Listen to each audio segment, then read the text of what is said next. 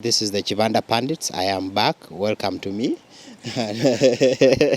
And Joel Muita, who is appearing for the very first time on the Kibanda Pundits. Welcome. Thank you. I don't know why it has taken me about 4 weeks without making my debut, but I'm happy to be here, and I hope it will be a good show to the viewers out there. That's good. We have Ismail Chionga also somewhere around.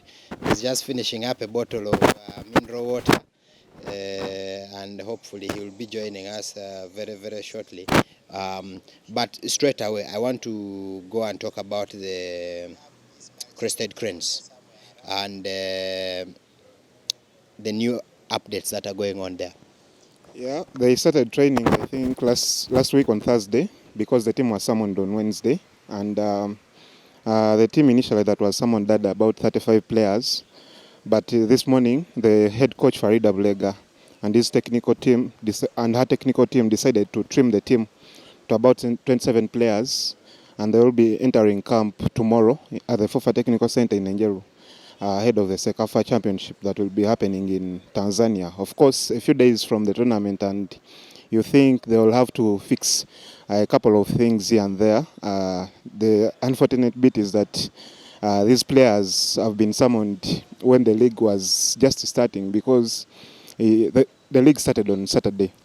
And you know, after a long break, most of these players are unfit, so you need to work on their fitness.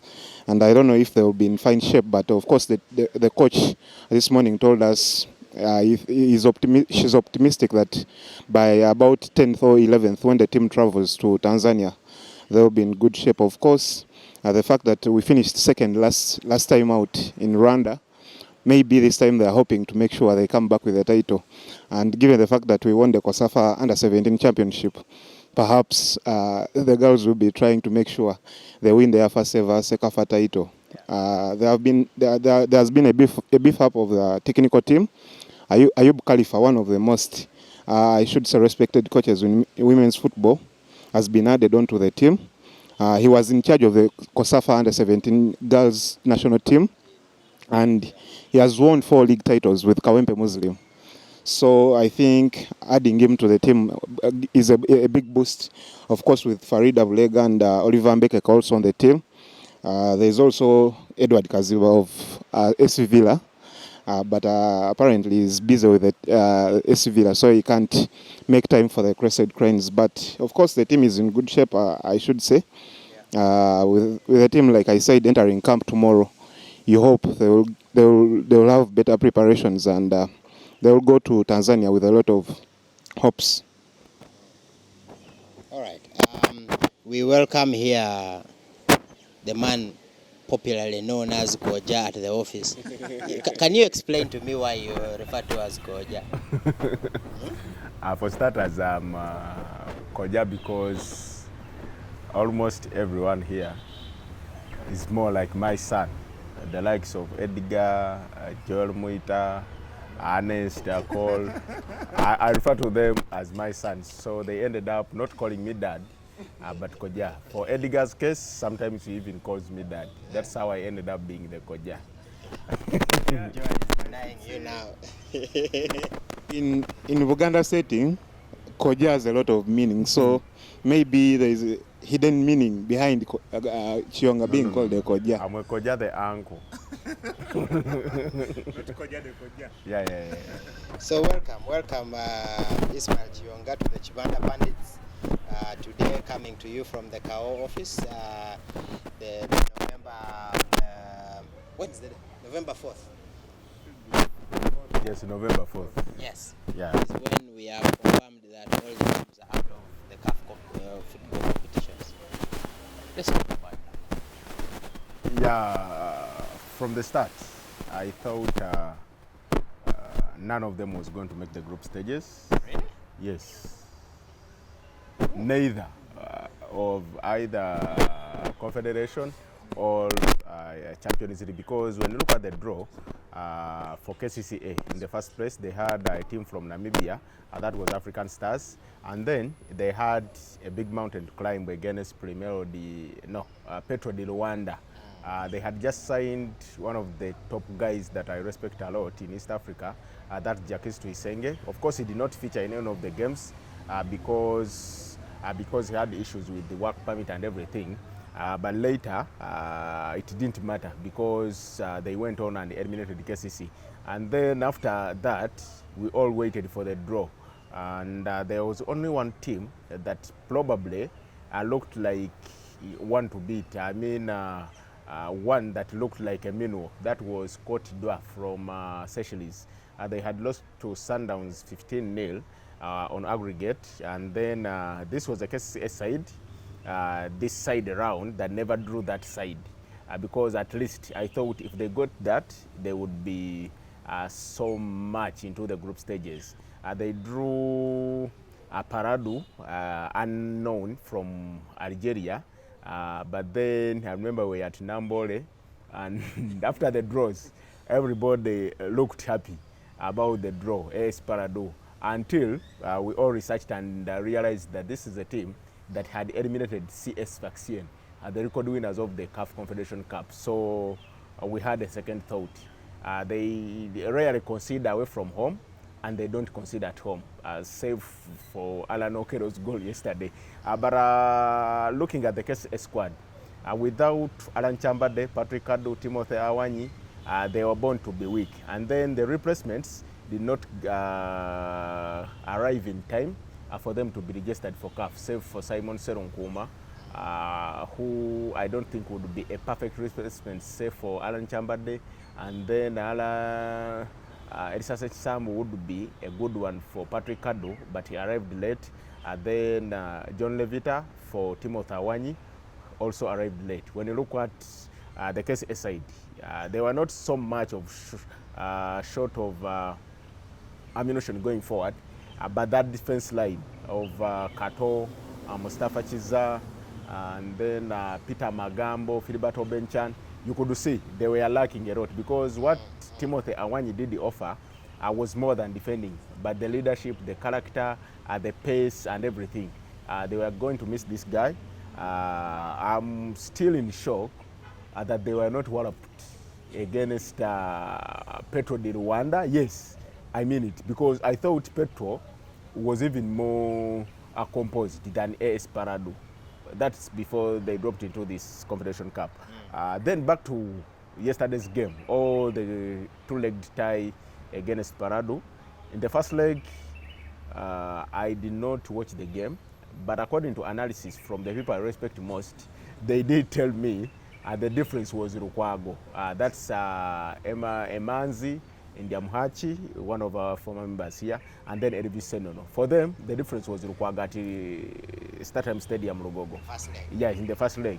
So if the opponents can come to Uganda and make your keeper be the man of the match, then it means a lot when they're at home. I recall what Mitchell always says. Mitchell says when the Arabs are playing away from home, they are cats. At home, they are leopards. And that's what happened yesterday. Just in 9 minutes to the game, KCCA conceded kind of a silly goal, a cross from the left, then a deflection of Kato, and Alukwago was in 6s and 7s. Boom, goal. Unfortunately, they did equalize, I think, at the 23rd minute, Alan Okero. Yeah. And it looked like maybe, you never know, they could push till maybe the second half, but it did not happen. Mustafa Chiza did a schoolboy mistake, I would say, just like Mike Mutabora refers to them, fouling in the area when it looked like blocking the guy to avoid reaching the ball would have been a better option, and it was a penalty. At 2-1, you would expect KCC to still be in the game. But then a few minutes into the second half, they miss a couple of chances.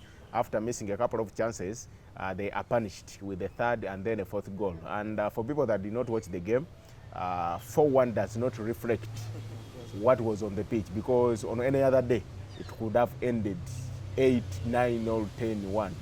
But of course, KCC also had chances at 1-0.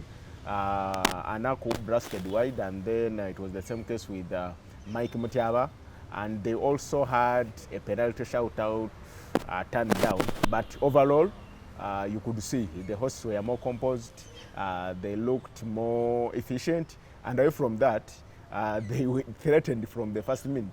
And even before kickoff, you would ask yourself, if we played at home and KCCA named a side that looked a little defensive on paper, and then you go away, you leave Nicholas Kasozi, your best defensive midfielder in the team, out of the game, out of the lineup that starts the game, and there was some surprising element.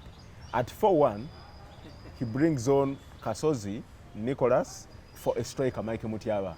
Was it damage control? Was it surely that was something I didn't understand. Should the approach have been different from the get-go? Should he have gone there to look for a scoring draw? Yeah, of course. When you draw 0-0 at home, I believe you the side with the most advantage playing away in the return leg, just like we saw against the game between Petro di Luanda and the KCCA, because the home team will always be on pressure. They will have to attack. You will have chances of getting behind their defense and maybe go get that goal. What you should play, in my opinion, is an organized defensive way. Yes, of course, you want to play our way, but you can still play it in a more organized way in terms of defending.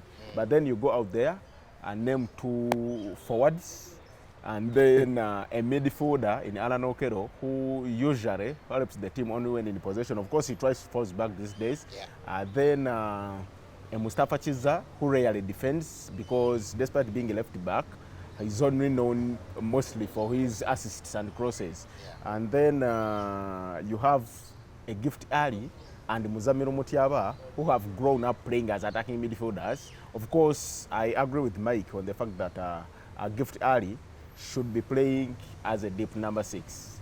But this is not a Gift Ali that is going to cover a lot of distance, and the positional sense in this regard is also wanting in comparison to Kasozi's. And then Muzamiru Mutiaba, this was his only second game returning from injury.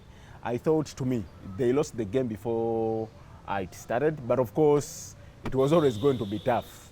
It was always going to be tough for them to get anything from Algeria.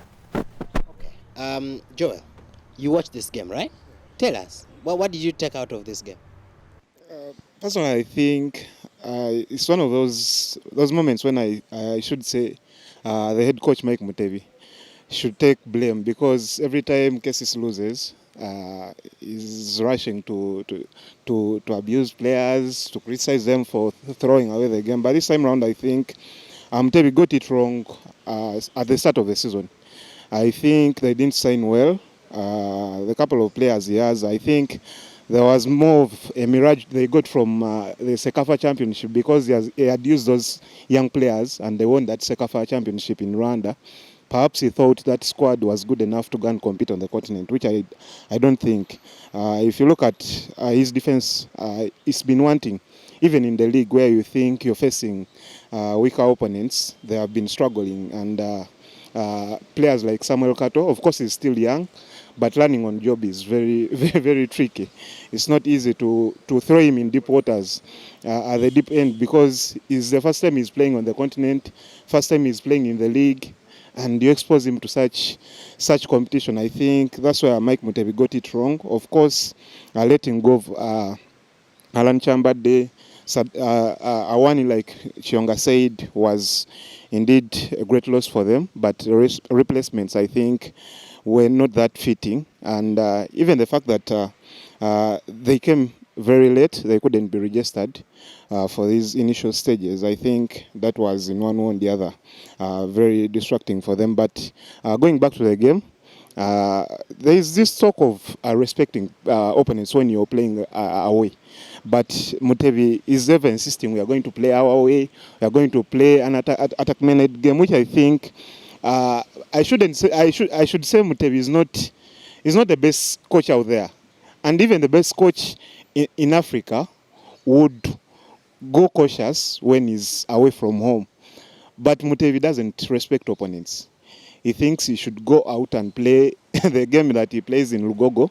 The same approach that he brings in Lugogo is the one that he wants to bring on away, which I think it doesn't make sense. Like Chionga said, in most cases, when on the African continent especially, when you go away, you're fighting for a point rather than 3.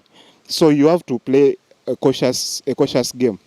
But Mutebi, like we saw the team he fielded. Of course, they have lost games when they had Kasozi on pitch, but he gives them more good shape when he's on pitch than what we saw yesterday. Because if you look at the players like Alan Okello, Jackson Inunda, Muzamiru Mutiaba, Giftali, they all want to go forward. They tend to go with the ball.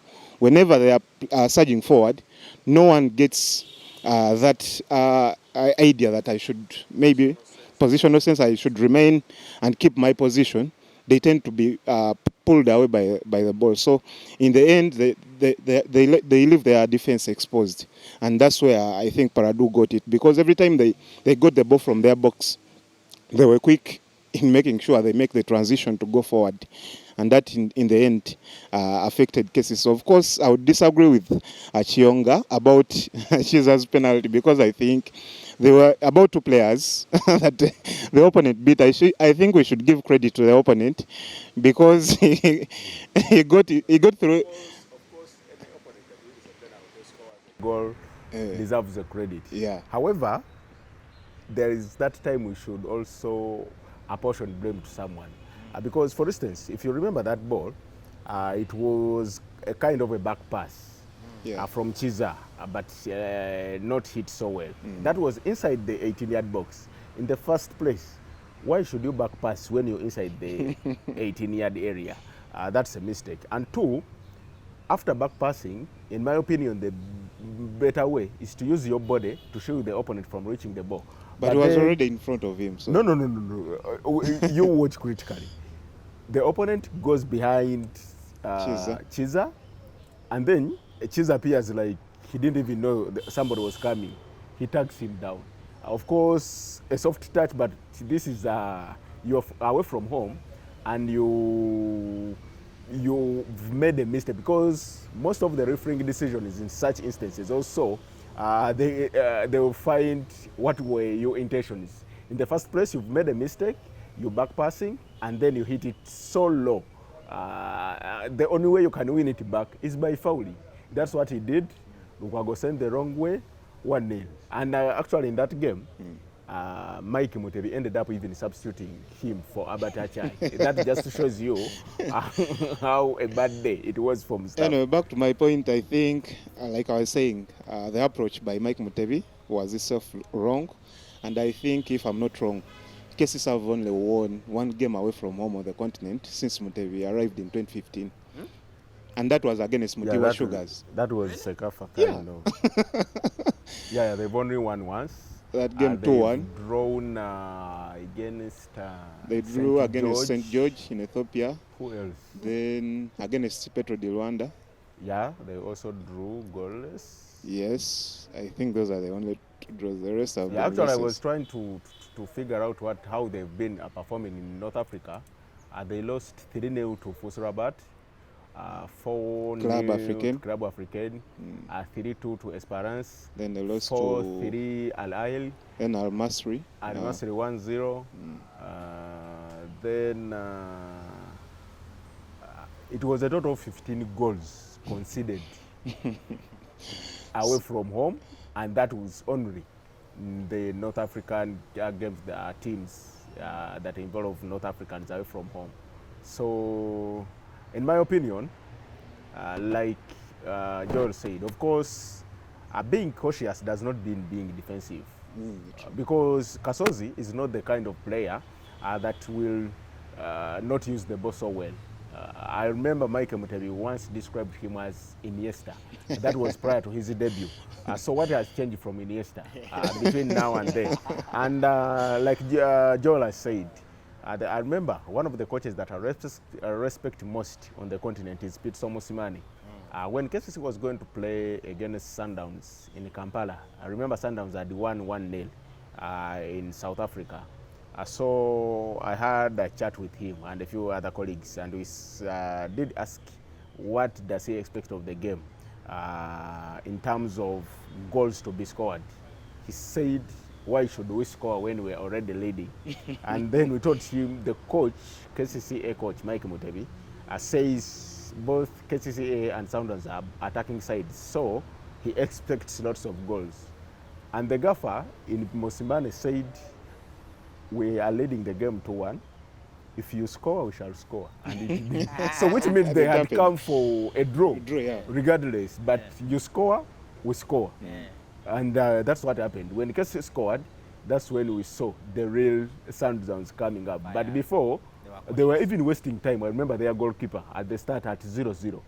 They were not, they were superior in terms of talent, experience and everything, but they not come to Lugogo without respecting the opponent. And they came here as defending champions at that time. Of course. But of course, even a defending champion going for a cautious approach, and you, Mike Mutebi, you decide to go all out. I think that's where he gets it wrong. All right. I think we've spoken enough about KCCA. That clearly shows how big they are in Ugandan football. Let's talk about Proline. They also crashed out. First time for them. Have they picked the lessons? First of all, congratulations to Proline. They did reach a stage where not many expected them to reach. Of course, the draws were friendly, drawing AS Kigali, then Malawi Security Services, and even Al Nassr. He said that he always plays their home games away from home. But the moment they drew Al Nassr, you got a feeling they are going to bow out of the competition. However, they did surprise everyone by getting a 2-2 draw away from home. One of the people that despite them getting a 2-2 draw, I still felt Al Nassr held an edge over them. One, experience-wise, two, football education and everything. But of course, before the game, I was talking to some guys and I said, I have a feeling KCCA has more chances of progressing than Proline. And they were like, come on, KCCA failed to win here, how can they win away? Yeah. But my assertions were based on the fact that this Al Nassr side has been hosting their games away from home. That's at a neutral ground in Egypt. They are playing in Kampala, a neutral ground kind of for them, because they are not scared playing away from home, because they are not playing away from home. I had the feeling they are going to come with the same approach, and you know, the fans were not as much as you would want for a home team. And even in Uganda, fans rarely put opponents on tension. They got an early goal, celebrated it like they had already qualified, because maybe they knew this was always going to be easier for now, because Proline had to score. And then wasted a few minutes through time-wasting antics in the first half. Everybody thought in the second half they are going to do the same. They came out different. They never wasted time in the second half, only got down when they were truly injured. And then playing on the break, they get a couple of chances and put one away, actually a half chance. For people that have watched football at Lugogo, their second goal could rank as one of the best that we've watched, because it was a corner kick. Proline clears towards the right. That was around the 70th minute. And then the striker, the goal scorer, pretends to be back passing. And everybody of Proline's players wanted to go, because there was only one defender on the center arc that they wanted to press. The guy just turns, he immediately shoots from wrong range, and boom, it's a goal into the net. What was more surprising was that during that scuffle, in celebration, of course not scuffle, but during the celebrations, one substitute was yellow carded for coming onto the pitch. And this was one of the substitutes that was, I think, important to the team, because I saw the way the coaches were very, very angry at him being booked before he even enters. And he later came on and did a very, very good job. But to me, Proline did a very good job. representing the country for the first time. For starters, many thought they were not going to do the representation they did. Forget about the fact that FUFA, no, forget that. They thought finance-wise. Yeah, but then every time there is a change, you never know. It comes with luck. FUFA comes in, says we pay tickets for 25 people. That means the costs were reduced. FUFA or government? Oh. Of course it's FUFA, because the government has never come out to say we do this to the teams. Okay. But just a little. Through FUFA. I'm not sure. What I know is that FUFA said they pay for 25 of the contingent, and one of them is their Chief Dimisho, who is always from the FA. So credit to the FUFA president and his team. Not sure whether we have to credit him, because the other guy has another source, but of course he has to be credited. That will be a topic for another day. And in that regard, by the way, it's amazing. I think let's talk about this. KCCA travels to Algeria with no media officer. Yes. And not that they did. And he's a photographer. Under media. Yes. Under media. But of course, a media team is as big as a squad. And if you leave the head out, as well. Because it has happened before. KCCA travels for away games. Sometimes they even leave one of the coaches or two, because they say they can't afford the tickets. Now what's amazing is that FUFA comes and pays for the 24. 25. Yeah. Then they decide to take 27, which means they are only topping up 3. The media officer is not part of the team. That's amazing. And I don't think it should be happening. Have you asked them? Yes. What have they And to them, I was speaking to the chairman yesterday, and was saying we are trying to... The new chairman or the... Oh, the former chairman. The former chairman, now vice. That's Agre Ashaba. And it was like, what we're trying to do is that things should be working even when somebody is absent. Do you get the How point? will they work when he's absent? No. It's like we have systems. But this is not somebody that is absent because of sickness or anything. He's available and he wanted to travel. And then, for the first time, I didn't see Agre traveling. I didn't see Anisha. No, Anisha. I'm not sure about. I'm not sure, but Kado did not travel as well because of the expenses. And then I'm wondering, in KCCA, the authority, where are you? Where are you after FUFA they come out? No, but it shouldn't be happening. Yeah. And I'm talking this as somebody from the media, because it happened at Vipers last season. Sometimes they take Abdul, sometimes. But if it's a media department, yes, they need to have. They need to, yes. Yeah. And if you realized yesterday, the updates were not as frequent as usual. Because Amina was taking photos, I guess, but then he has to type, and that was very, very unprofessional. KCCA. We need KCCA, the authority, to come. Where are you?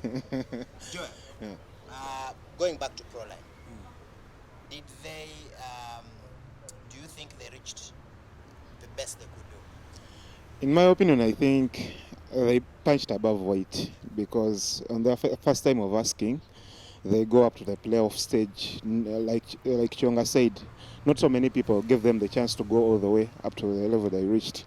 And given the mini crisis that was happening at the club, of course, players, Ivan Wogered going away, change in management, Shafik Wisaso going away, and Matiarule coming in, you would already think it would be a tough job. Of course, their performance in the league was also not that good, that bottom of the table, and you would think this would affect their performance on the continent, but it didn't.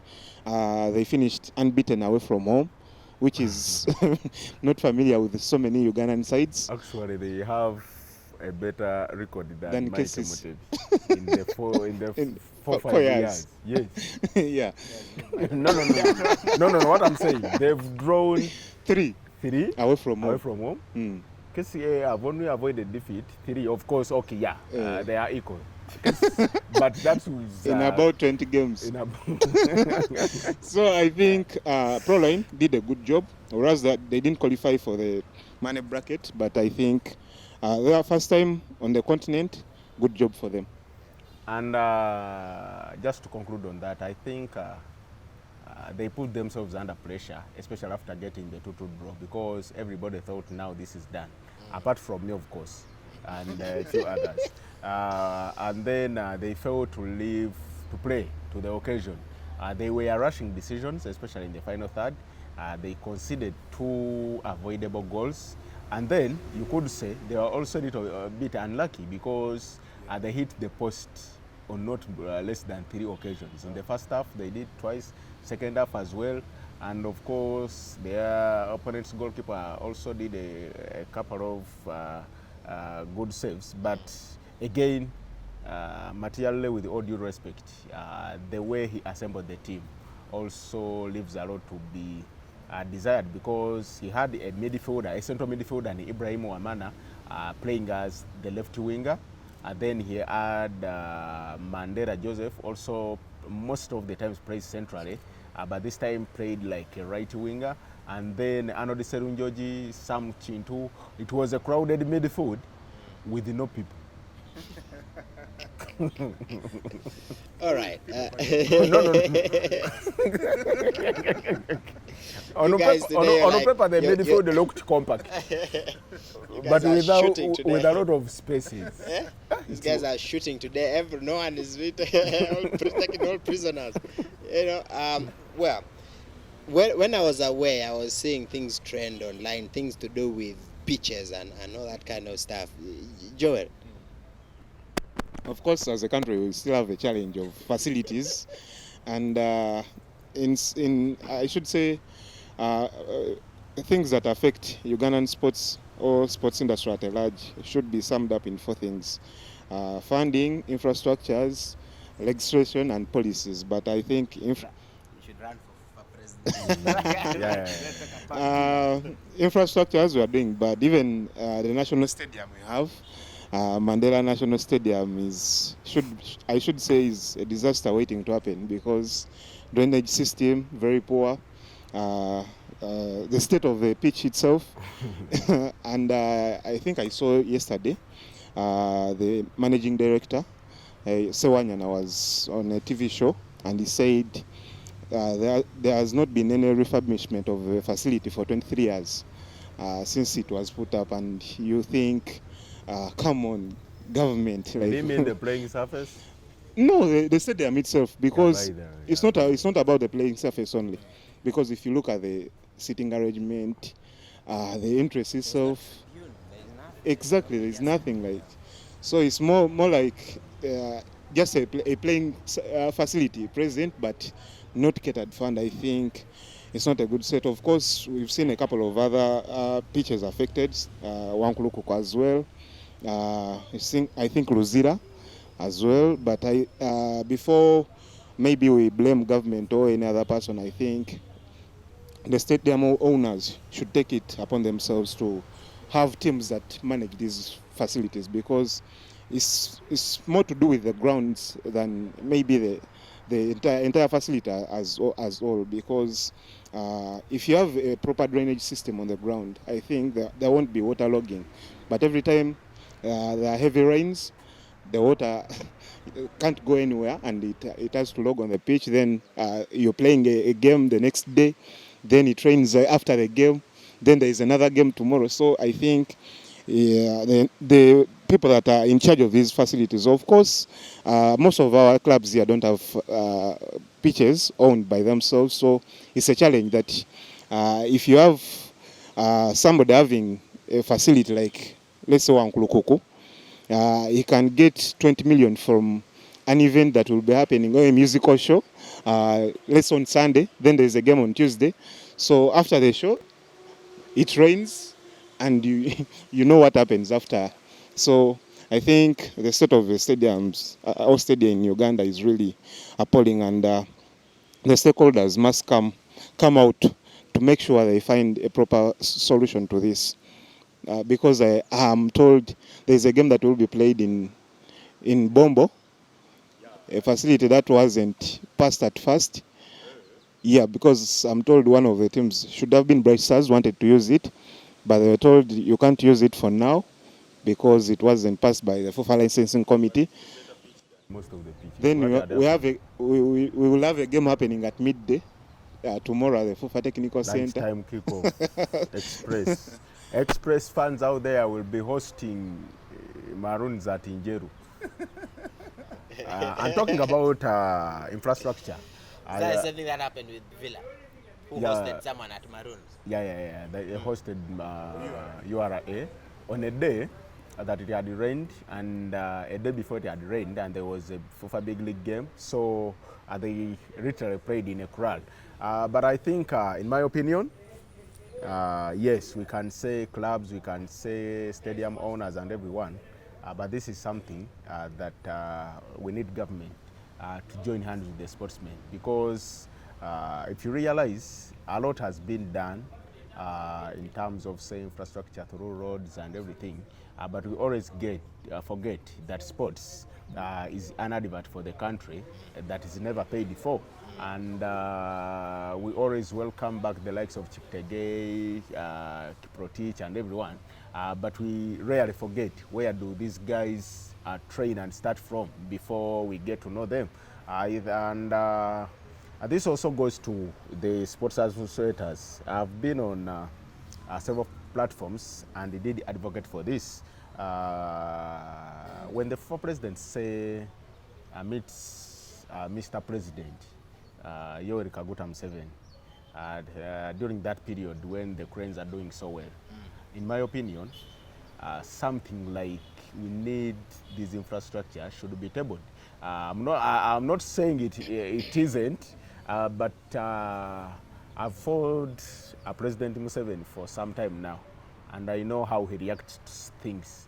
I have a feeling when we get there, all we cater for is if we get this 1 billion, the cranes, this and this, because you could use cranes as a tool for political mileage. Of course, not this politics of NRM and DPFDC, but of course, the fact that as long as the cranes are doing well, the FUFA presidents will always be stable.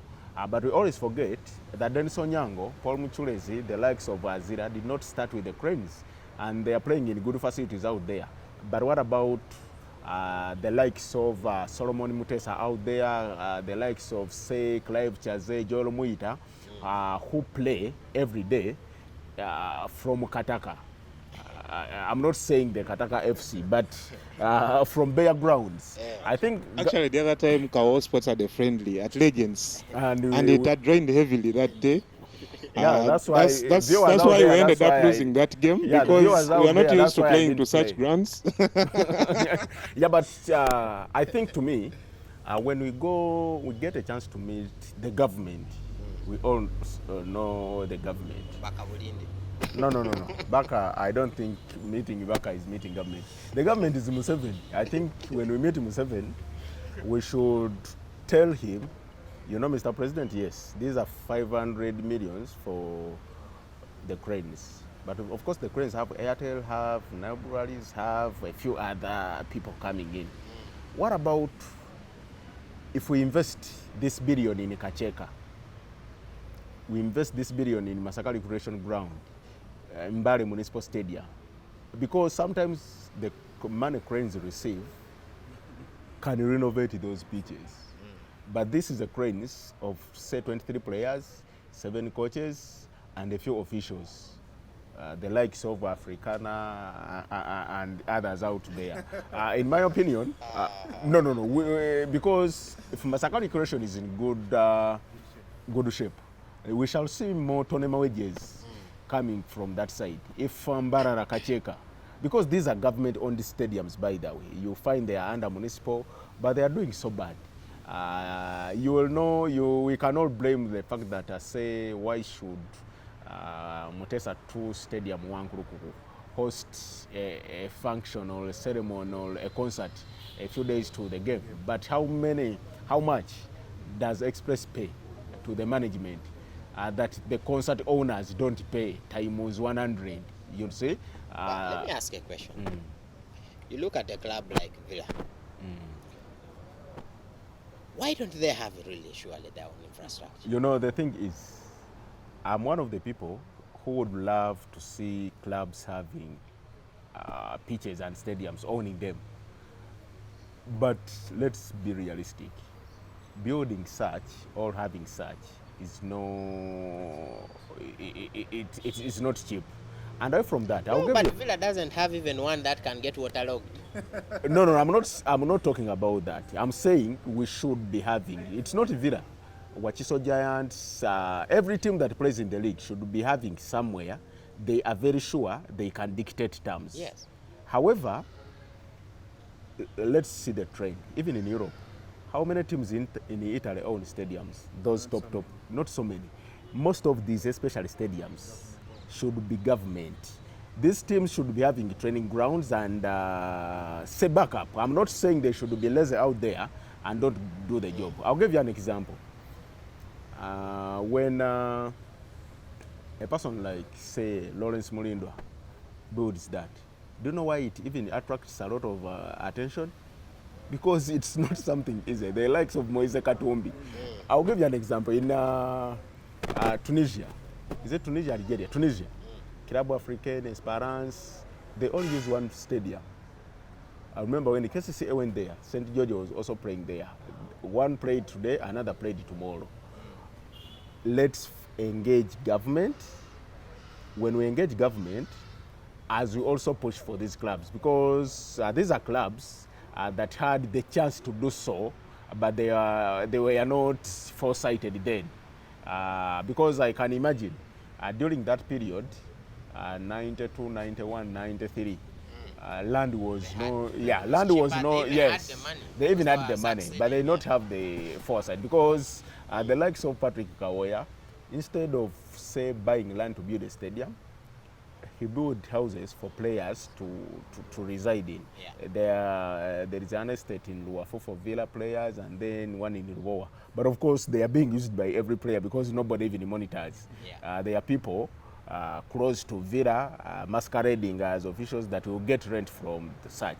But just imagine, if we had the guts to say build those houses, it was just foresight that stadiums were maybe meant for government. And remember, that was a time when Masakari Question Ground was okay, because Villa was hosting from there. Mbale Heroes, yeah. Municipal Stadium. So maybe we can also blame them, but also look at the situation. By then, there was Peche doing so well, Kacheka doing so well, Nachivo was doing so well, and remember even Wankuku was not owned by Express by then, but it didn't matter.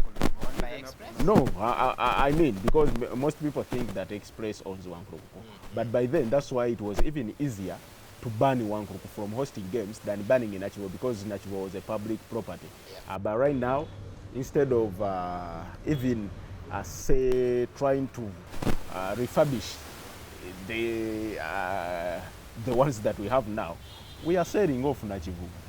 Because I was speaking to Freddie Tamale 2 days ago, and he said it's amazing that we used to host as many teams at Nachivubo, but we never experienced what we are experiencing now. Because at least for now, there is a stadium in Wachiso, there is a stadium in Marara, there is a stadium in Jinja, 2 of them, you know. But then, why should we suffer? Previously, Simba was playing at Nachivubo, Police was playing at Nachivubo, Villa at Nachivubo, Vipers Bonamaya at Nachivubo, KCCA at Nachivubo, but we never had a lot of games postponed because Nachivubo was bad. No, Nachivubo had a drainage system. But now, instead of adding to Nachivubo, we just say, where is Mr. Ham? We want money. You know, government, where are you? Government. But isn't it a case of sports administrators not advocating so much? That because was my point. When we go like there and get about, that billion. Yeah, like I talked about policies, because we see government giving land to investors. Why not give land to sports investors? We already have land. Yeah, we can have land. Just don't take it. Yeah. But We have then, land, just don't take it. if you have, let's say, policy, if there is a company that is coming to Uganda, and maybe government strategically says we want to maybe to get uh, taxes channeled from this company to go towards sports, without government even digging deep into their pockets, they can make policies that if you have a sports betting company coming to Uganda, they should maybe give us such and such a portion of money. We allocate it towards sports. We build stadiums, maybe we refurbish those that are still old. Talk about Kataka in Mbale, talk about Buhinga. You refurbish those and we are good to go. Maybe the other thing would be the law itself, because we know we have all these stadiums we've talked about. Actually, there was a scenario in Mbale when there was supposed to be a big league game, but because the municipal council gets money from the market, when there is a market there they get some good money. So the game was called off simply because there was a market. So if you have this, if you have this stadia under, let's say, National Council of Sports, and it's the one that is controlling them or monitoring them, I think that would be a better deal. But municipal councils and authorities, local government, is the one taking charge of these stadiums. They literally don't know about sports, and they wouldn't cater for these facilities to remain in good shape. Actually, in Kenya, they have the Stadium Management Board that is responsible for stadiums that are owned by same municipalities and government. That's where more international stadium Kasarani falls, the likes of Nyayo, that is under refurbishment, Kisumu Municipal Stadium. But here, apart from Nambol and Nachivugo, who had the boards, who have boards, of course, Nachivugo I'm not sure, but at least Nambol I know, Ajijamirusa Wanyana. But the likes of, say, Masaka Municipal Stadium, then Kacheka, like I said from the start, when the likes of Muhanji, Magogo, Justus Mugisha, and the other federation people get to meet the government, tell the government not to give you 1 million. Because of course we shall always want to live with something in our pocket. But there is more legacy that under me, we got this stadium constructed because we did advocate through government. Because it's not the work of FUFA to construct a stadium. But isn't FUFA doing something with FIFA, something like that? But just before we go through that, I just want to give shout outs to some of our fans here. Dan Batua, who is our top fan. And being a top fan, actually, we should find a way to reward Dan Batua for being a top fan. Dan, we need to think about that. Similarly, Oluport Nathan Ernest, thank you for your comments and thank you for welcoming me back. I'm glad to be back. And everyone else, Patrick Cheptoek, I hope I pronounced your name well. All of you who are interacting with us, thank you very much. If you have any questions, send them through the comments, and obviously we would like if you would share this with everyone else. Just to pivot a little bit, we are talking about refurbishing and all that. There is some area in Ugandan football where refurbishment is taking place in the coaches. Let's talk about Wakiso Giants. Is the big news that has happened. I think just before we got on set, there was a statement that came out about them parting ways. Was that a marriage that was never meant to be? Yes, in my opinion, because personally I think Keva Chisala is not a coach who would give a project like our Wakiso Giants. Of course, they came with this pomp, signing very good players, I would say, that would match Vipers and KCCA, who we all think are the title favorites. But I think his performance in the few games they have played hasn't been convincing. Of course, for any coach at a new club would want some time, but I think that was not going to happen for Kefa Chisala. And wherever he has been, he has failed to impress personally, because I think he's been at a couple of teams in Uganda, and I haven't seen something good in him as a coach, because there are some coaches you would see, whereas results are not coming, but you would clearly see something that he's trying to play. which is not about Kefa Chisala. He was at Bull, URA, Masaka Local Council, but for that time, I haven't seen anything that would appeal to me and maybe say he needs some time to put something together. So I think it was just time for him to pack his bags and go.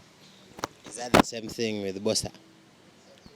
For Bosa, I think it's a different case. Uraz is not your fancy guy who would play good football that you want. He's a coach that I would nick out results. We saw him at Express. Regardless of the team he had at his hands, he managed to push Express. Actually, there is a season they contended for the title and they finished third. Then the fact that there was a mini crisis at Toro United because it wasn't issues to do with what he was putting on pitch. I think it was more with the management, change of management, players demanding their salaries, which is very familiar in Ugandan league, in the Ugandan setup. And I think it was more to do with the management, not him as a coach, and that's why he threw in the towel. Isma, what exactly happened at Toro and with the boss? Coaches come and go, depending on the situation. Because at the start of every season, a coach will set his targets, and so does the club. But of course, to achieve such targets, you must have the resources, and by resources, I mean the players, the training facility, ability to train, allowances, and everything. If it doesn't happen, one of the two, either the coach or the club, will be unsatisfied. And at the end of the day, there will be resignation, mutual termination, or even sacking. But what happened at Toro, ever since they did change management, depending on what we all listened to in an audio that went viral, it seemed like a lot of things were not going on well. And I know Boss has one of the coaches that will thrive at in the club regardless of how meager the resources are. But if then it failed, then it could have been worse. But Boss is one of the coaches that I respect, and maybe there were issues that was beyond him and he couldn't do his job well. Okay. Dennis just telling us here that Mike Mutevi might join the casualty list. Is Mike Mutevi going to be a casualty? You know, I think Mike is Mike has gotten this scout status at KCCA right now. He's more like Sir Alex Ferguson at United, and then Arsene Wenger at Arsenal. It's always going to be difficult for Mike to leave that club without his consent.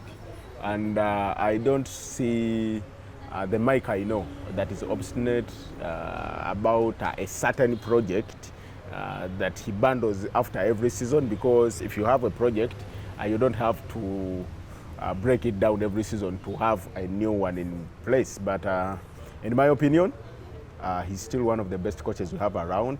Yes, failing on the continent is only because he also started this, because could you have sacked a coach in Uganda previously because he has failed on the continent before Mike did get the KCCA to Confederation Cup and the CAF Champions League group stages? You couldn't. KCCA are not doing bad, and in my opinion, we should know as the public and everyone out there what's their mission, because mission and objective as a club. Because if after every season you let go of say 5 to 6 players and then sign 5 to 6 players every season, of course the results keep coming because they win titles here. But my question is, do they just go on the continent to be surprise packages? Do they really want to be contenders on the continent? Do they want to permanently stay on the continent? Because I'll give you an example. Sundowns is not a side that or usually or that always made the group stages. But when they got Pete Somo's money, they realized that we have to play on the continent every season. KCCA would want that, maybe the coach and the players. But what about the management?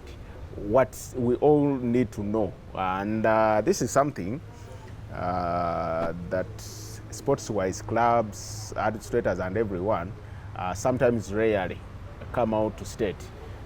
Because I wouldn't think Mujibu Kasule is so mad at Proline players for not getting to the group stages. But of course you may find that he's not happy. And you just wonder, did you plan to go this way? KCCA, since they went into the group stages of the Confederation Cup, they've always looked like a side that should be there for long. Actually, I'm a little disappointed because ever since CAF did increase the group stages from 8 teams to 16, I made a prediction and I apologize to the viewers out there because I said since we always have 16 clubs, CAF Champions League 16, Confederation Cup 16, Uganda will always have a team, at least one, in either of the competition.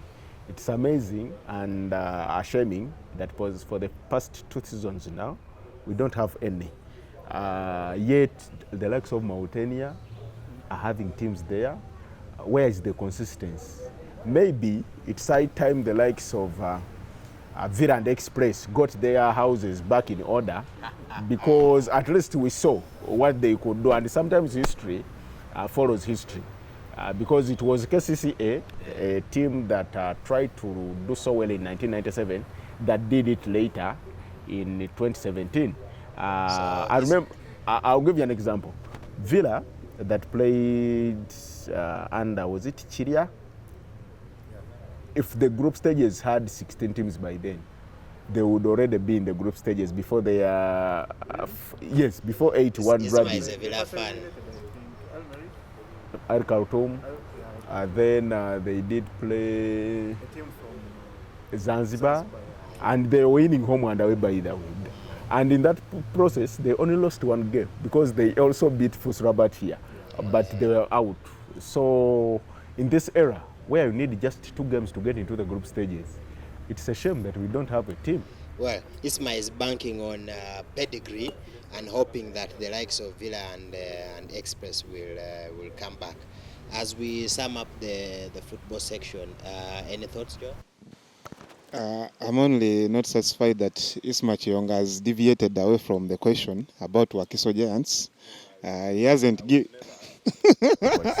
But like I said at the start, coaches come and go, and that doesn't make the coaches bad because Mike Mutebi relegated the Maroons, was sacked at Villa, was sacked at KCCA twice, but is the only coach that has taken a team to the group stages. You know, Unai Emery won as many Europa League titles at Sevilla. The likes of Arsenal don't want him now. You talked about Kepa Chisala. He's one of the coaches that I have respect for. For starters, during his time, he guided Masakero to the semi-finals of the Uganda Cup. He did the same with the Ball. These are underfunded teams by then that did not have as much quality.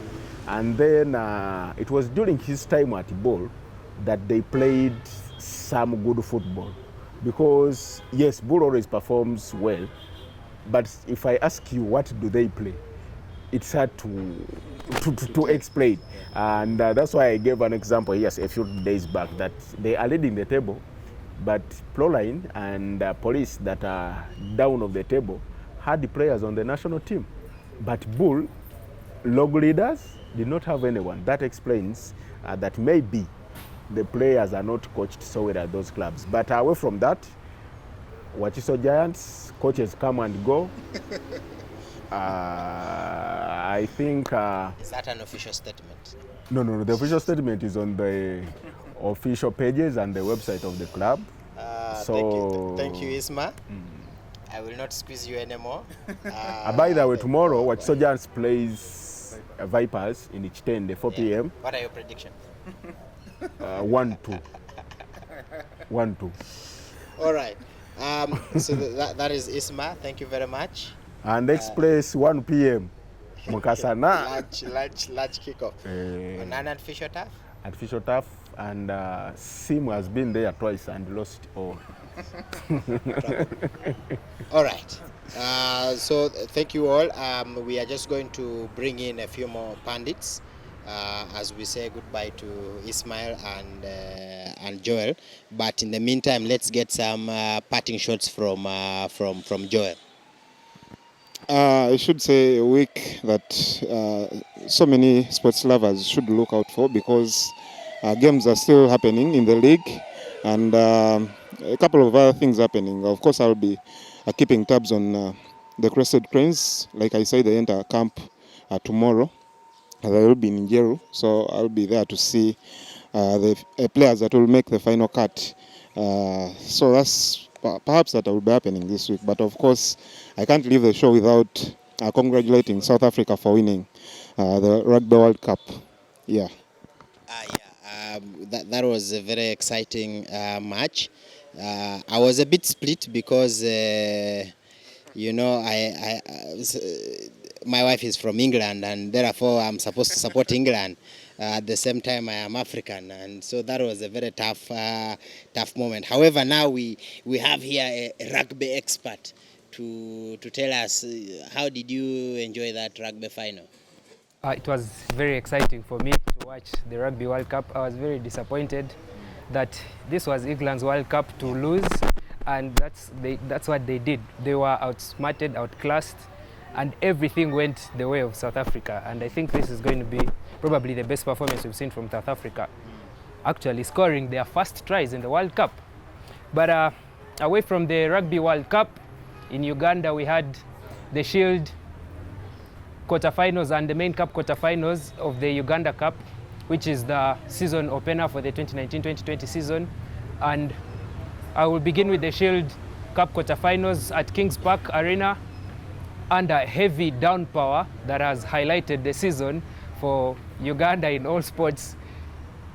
Sailors held on to defeat Walukwa Barbarians by 28-22 in a game that was, for example, at halftime, it was 28-0 and it ended 28-22. That goes to show the preparation that Walukuba had put into this game with their fitness and going forward. But the other game that was at Chambogo, Kisubi Pacers were playing against Chambogo, who were on their journey back. They have reorganized themselves. They are trying to go back into the league. And that game ended 34-3 in another game where we saw not very much happening for the other side in the first half, but Kisubi Pacers putting points on the board in the second half to make it 34-3. And then Rams got a walkover against Mbale. But the big one was Impis being hosted by Stallions at Chadondo, a game that ended 6-15 at a ground where Impis had usually do not find very good favor in the games that they play there. But the semi-finals, the Shield semi-finals, prepare for us a very big university derby, that is Chambogo hosting Makerere Impis, bringing back history, and the university derby probably could maybe be bigger than the main cup semi-finals, but we'll get to see. In the other semi-final, Rams will host will host Sailors at the Makerere Impis grounds, that is the graveyard, at 4 p.m. In the main cup quarterfinals, we had at 4 different grounds with all the home teams winning. That was Heathens seeing off Warriors by 36-0 in utter dominance, like we had talked about last week on Kibanda, and then Pirates running over Rhinos 29-08. We got to see surprise appearances from Ivan Magom, who we thought was away, and maybe Pirates could be planning to use him in the semi-final. The other game was Mongas Buffaloes 18-12, so close, but Mongas held on to win that game and set up a semi-final against Cobs, who outclassed Ginger Hippos by 34-3. So the semi-finals will be played at a unified venue, that will be Kings Park Bayogerere, with Mongas taking on Cobs and Pirates taking on Heathens. In other news, the men's the men's sevens, the tournament which is the biggest sevens tournament in Africa, that will also this year double as the Tokyo 2020 Olympics, is set to kick off this weekend, Friday and Saturday, in Johannesburg, South Africa, and the Uganda squad has been released. We have a few surprise surprise names on the list, but there's nothing new. Philip Wokorach is back in Uganda. He's back on the squad. But we have Lawrence Sebuliba and James Odong back on the team, with also Aaron Ofoiroth making the squad, despite a huge uproar from the rugby fraternity over his discipline issues. But he continues to earn the favor of Coach Tolbert, and we hope that the squad led by Michael Wokorach will be able to win the championship and qualify for the Tokyo 2020 Olympics. As I sign out, I would like to wish Joseph Aredo a happy birthday and a successful tournament in South Africa. Thank you very much. Happy birthday to you, Joseph Aredo. You know, when a namesake has a birthday, that's I should join the bandwagon, and we should send him some cake as well. There is a very nice story that I have from high school, where I made a very surprise three-pointer that won us a game, and Franklin was there to watch it, attest to it. But something exciting coming up with 3x3 and a lot more. Could you let us know? Yeah.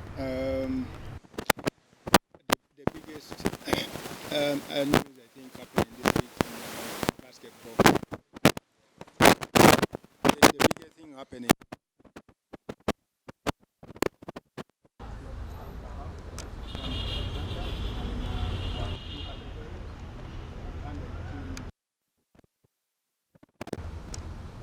I can't hear you.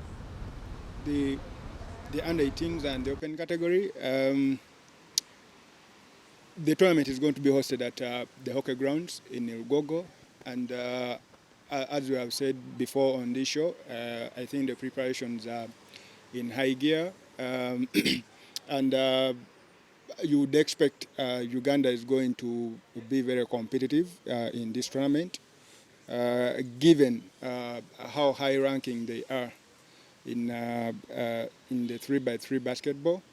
There have been African champions in the past, and you would think this is, I think, a chance for Uganda to go back on top the continent again. I think home court advantage is going to play a lot in this tournament, and going by the 3x3 country coordinator, Hamza Nyamboga, I think the preparations are really well. The teams have been training, and you'd think Uganda is going to do very well.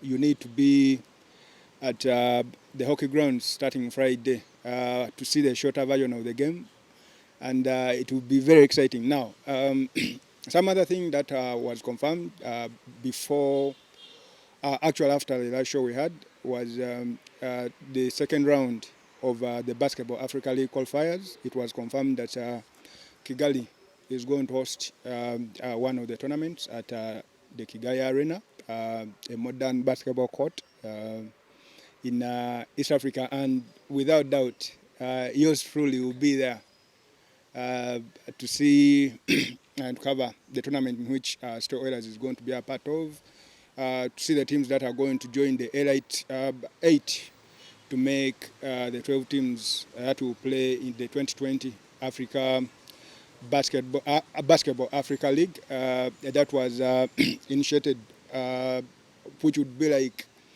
the NBA of Africa. I think that is major that has happened in basketball during the course of the week. All right. Thank you very much, Frank, for that. I'm here with Dennis as well. The man is using a borrowed phone. You know, for those of you who don't know, someone helped Dennis keep his phone forever. So if you have a spare phone lying around there, you send it to the Kawowo office and we hand it over to Dennis. But in the meantime, you could let us know the latest that's happening in the cricket world. Oh, thank you, Joseph.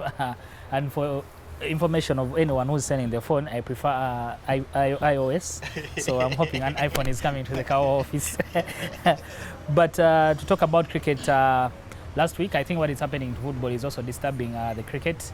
We still can't get to play cricket unfortunately, cricket can be played in the rain. So for us, it is a disaster. We only had one game this weekend. It was on Saturday. King's College Buddo losing to Aziz Damani, the junior side.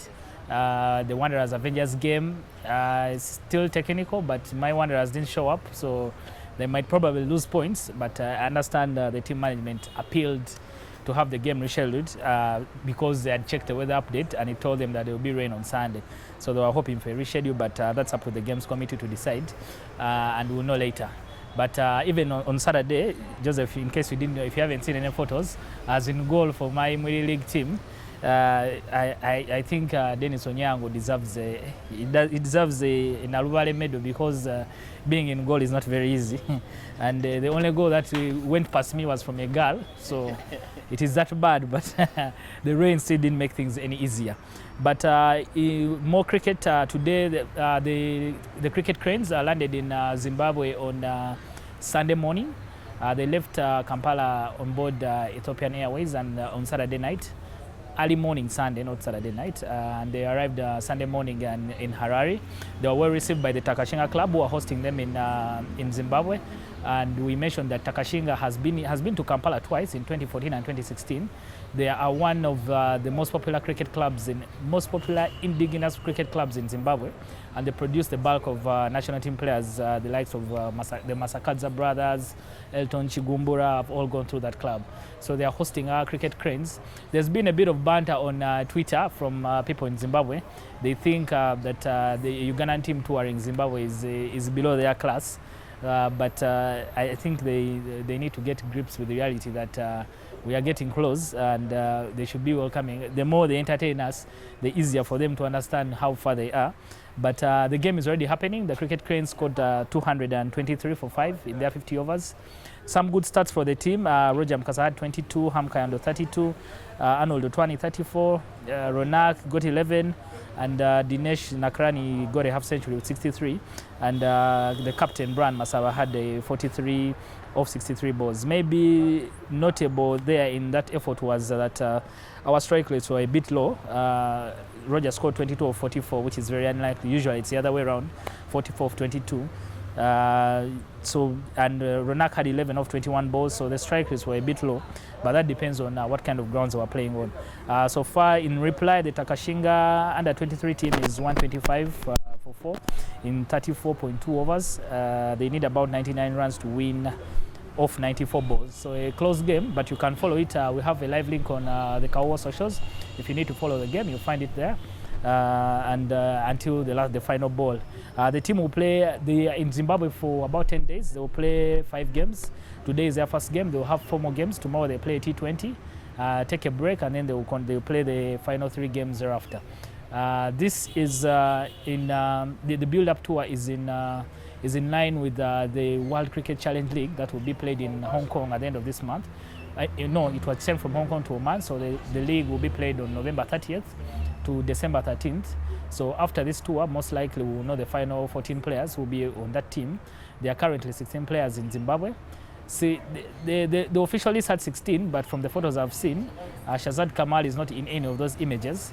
Maybe he will join the team later, but on the original list he was supposed to be traveling with the side. In case he does, we'll let you know and we'll keep you updated. But we also want to thank you for watching the show last Friday. Amazing views. We already have 1.5K. That's good feedback for us. If you want to see anyone hosted on the show, you can give us feedback through our socials. But we'll be back again on Friday with another interesting indie video. So keep your Friday evenings free. And in case you're in jam, just load your MBs so that you can be able to catch us on. We are still debating the name whether we stick with the Fine Leg or the Kabata Show. But the Fine Leg is still making people curious because when they think of the Fine Leg, they're thinking it is a show under Mbu, but it's a cricket show under Kawowo Sports. So that's it from the world of cricket. Thank you very much, Joseph. Thank you, Dennis. And that was an interesting show. I actually did watch it on Friday. Thank you all for following the Kibanda Pundits, and we look forward to your feedback. If you have anything to let us know how we can improve this show, just send us a message in our inbox and we shall be able to read it. Please share the stream to other people so that they get to discover the show. And thank you very much for following the Kibanda Pundits. Look forward to seeing you guys on Monday. Bye-bye.